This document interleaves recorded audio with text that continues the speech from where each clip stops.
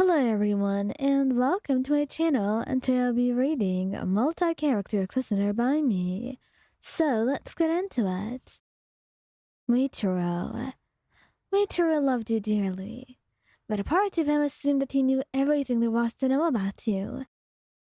Your hobbies, your likes and dislikes, when it comes to food, and opinions, and just about everything. Because the two of you have lived together for so long now.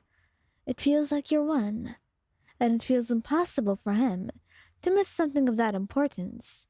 But it seems he has, because then, if he knew everything about you, why didn't he just know that you were an amazing dancer? He had no idea that you danced at all. In fact, he thought you didn't like it, because whenever he played music for the two of you, and thought that maybe you would ask him to dance, it never happened. He never wanted to pressure you into it, since you had a habit of agreeing to most of what he says.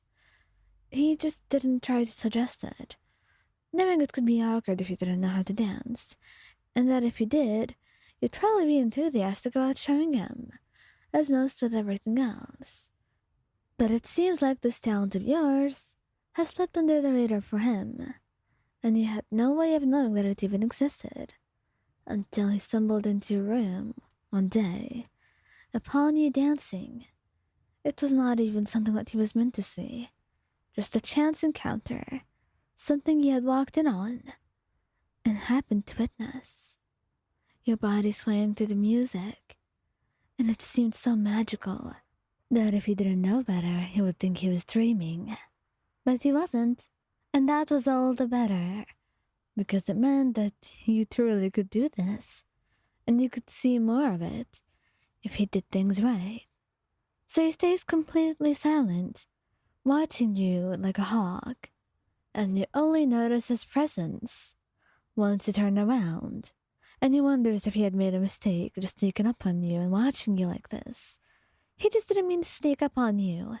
It happened, and he was mesmerized, unable to do anything but watch you as you danced, and now he's been caught. Wyan, I didn't mean to snoop around and look at you. It's fine, you say shyly, nervous and blushing. He noticed it very clearly, but he didn't want you to be nervous.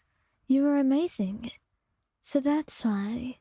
He stepped forward, and with a feeling of courage running through him, he wraps his arms around you and presses a soft kiss to your forehead.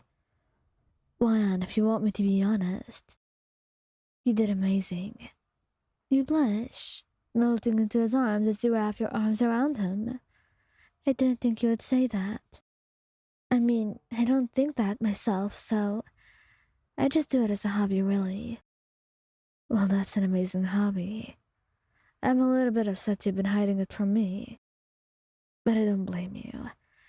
Just, in the future, I hope you could dance for me. I hope to see you dance again.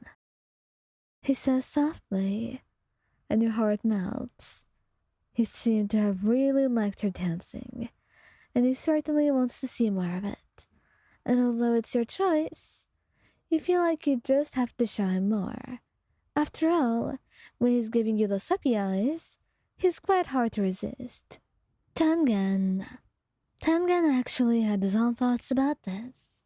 See, he's really good at dancing, but he just never knew that you were so good too. And he got the urge to want to dance with you. He didn't know how to achieve that though, and that's why he was so conflicted, standing there staring at you, unaware of how he should proceed. Could you blame him though? You're utterly beautiful, mesmerizing in your movements, flawless. To him, you were like an angel descending from heaven and walking upon earth. Call him a sap, or someone who's delusional, and someone who's very much in love with you, because all of these things were true. He loved you dearly, to impossible extremes, and he didn't mind it, Because love was always meant to be this way. Extreme, unpredictable, and something you just can't quite understand or justify. It exists because it does. That's all the explanation needed for it. And when you turn around and see him watching, it's because he's not just watching now. He's reaching out for you, holding out a hand. May I join you? He says softly, and perhaps you're a little bit embarrassed to be caught in your little dance. But you're also eager to join him, to dance alongside him, to enjoy this moment with him. So you find yourself nodding, wrapping your arms around him tightly in a soft hug, before pulling away, taking his hand as the two of you danced. This little trance the two of you were in, the world separating, and you felt like you were untouchable. The two of you in your own realm, far away from the darkness of the world, from the sun, the moon, and all of its stars. Just the two of you, in your own place, your own little heaven on earth.